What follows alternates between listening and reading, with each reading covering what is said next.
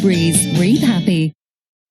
Now, Valentine's Day is upon us, so if you're single and looking for love, well, it's the perfect excuse to put yourself out there into the big, bad and often daunting world of dating. And joining us with some dating tips to land the man or woman of your dreams is dating expert Fergal Harrington. Good morning. Good morning. And a happy Valentine's Day. And you, happy Valentine's Day. So this is your business. You're involved in matchmaking, dating. This is silly season for you, isn't it? It's busy. It's out the door. Non-stop.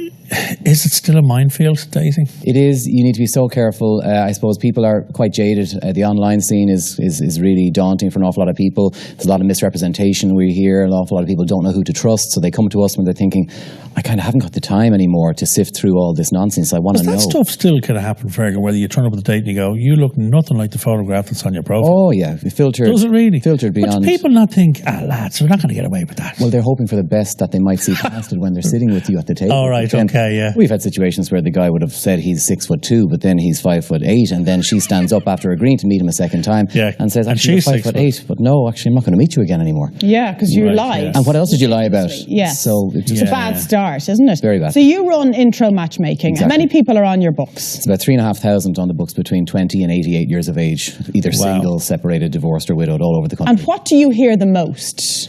From men, first of all, what kind of narrative do you get from men generally? What men are looking for, they will say, I'm looking for someone down to earth, genuine, someone who is easy to talk to, someone who I can introduce to my family and they can chat away, someone who's just grounded, level-headed, logical, who says yes when they mean yes, no when they mean no. What they say they don't want is loud, brash, domineering, in your face. Okay. And number 2 is smoking.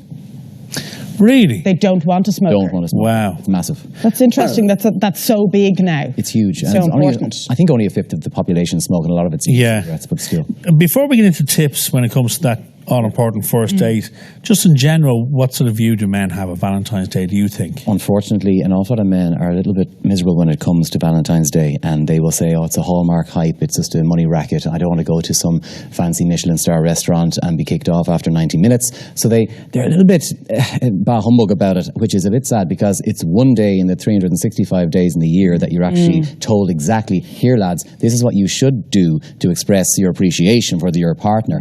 But if we're moaning about that, even on that one day, it's not saying very much about us, and we're not great at communicating or expressing ourselves in the first place, especially here in Ireland, where we bury things and we just sweep things under the rug an awful lot. So it's literally, if you know it means a lot to your partner, the very least you could do is get an M&S 2 for 1 and make life easier. Get it. A gesture. You nailed it on the head there with that line. If it means something to your partner, then it's suck it up and just and it's not about you. I suppose, isn't it? And vice versa, of course, depending on the sexes. Will we go through the tips for a great date? Sure thing. Okay, so we start with number 1, which is so important: be on time. Oh, there's nothing worse than people saying basically, I'm really important, I have a lot on my plate, you'll wait, you'll be there when I. And my time is more precious than yours. Way more precious than yours. So it starts you off on the worst back foot, like you would never believe. The person is thinking, my God. And they'll have a face in them then when you arrive into the restaurant and you're thinking, how am I going to make up for this? So it's just, you're off to a losing start. So make the effort.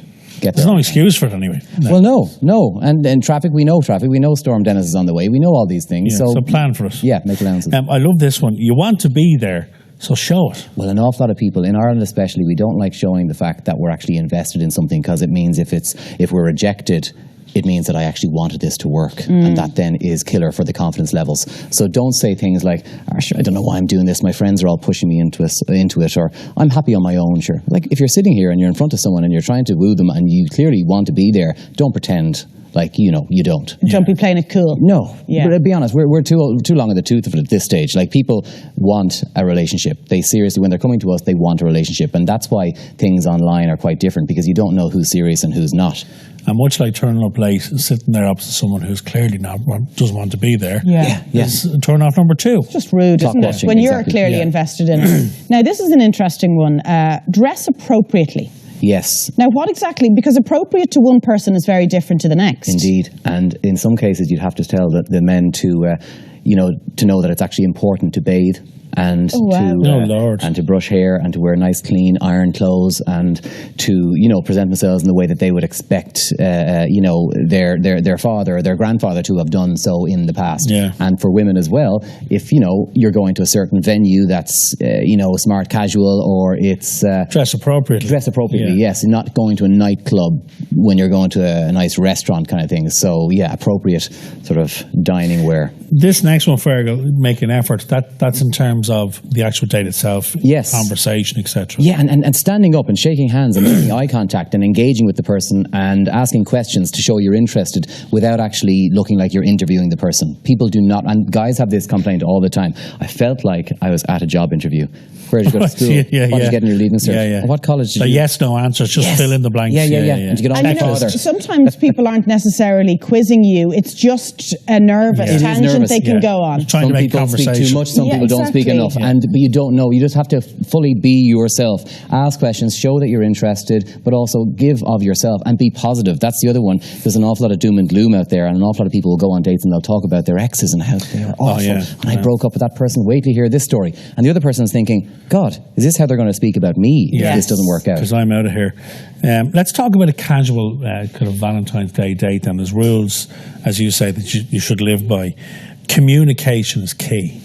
Yes, I mean, if you are interested in something, if you're interested in music and you're interested in gigs, and if you know that you feel this person is the person for you, that you have this bond with, well, share it with the person at the very get-go and say, look, you know, I'm interested, I don't want to beat around the bush here, I see a future with us, so what do you think? Just communicate and express yourself. So many times we hear of people going on dates, Johnny doesn't say to Mary, actually, do you know what, I had a lovely date with you, Mary, I'd love to see you again. Johnny plays it cool, he sits back, says nothing, and then they both do though. Mary doesn't say it either. Is that very Irish, Fergal? Fierce Irish. Fierce Irish. But then Mary will go home and then she'll get onto WhatsApp and the friends will say, Mary, he didn't bother asking for your number, I'd move on from him now. But then Johnny the next day says, actually, I would like to see her again. But she's already mentally and communicate the message. Yes, I always say to guys, ask or give the number to the person that you're on the date with. Don't say, Mary, give me your number, because that's a little bit too much in your face. But if he says, actually, Mary, I'd love to see you again, here's my number, that shows that he's decisive. There you go, you're willing, Yes. What do you mean when you say bring the elephant into the room?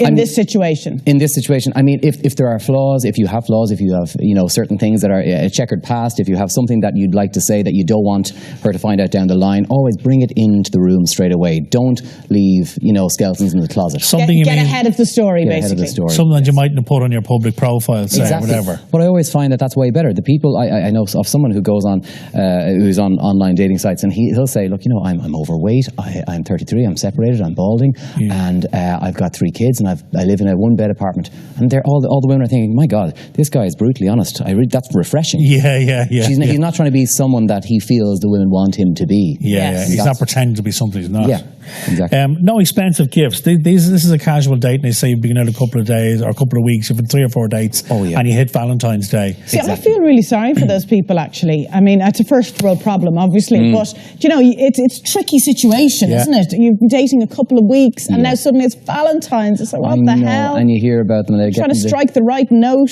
The huge teddies and the 24 red roses. It's just and I don't too think much. Most women want any No, of they do not. No, if teddy bears are brought to first or second dates, it's red flag usually.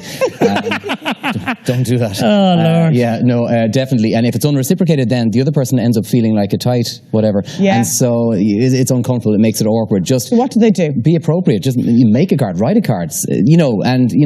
A text on if it's a first couple of weeks, a text on Valentine's Day would suffice. And then, you know, you could you decide, let's go for a walk, let's go to the zoo, let's go for a hike, let's go to a gig. Be appropriate, be present and communicate. Exactly. Yes. Marvellous advice. Thank you, Fergal. Appreciate it. And happy Valentine's. And you. I'm glad we're not there. Thank God. God almighty. It's hard work, isn't it? Thanks, Fergal.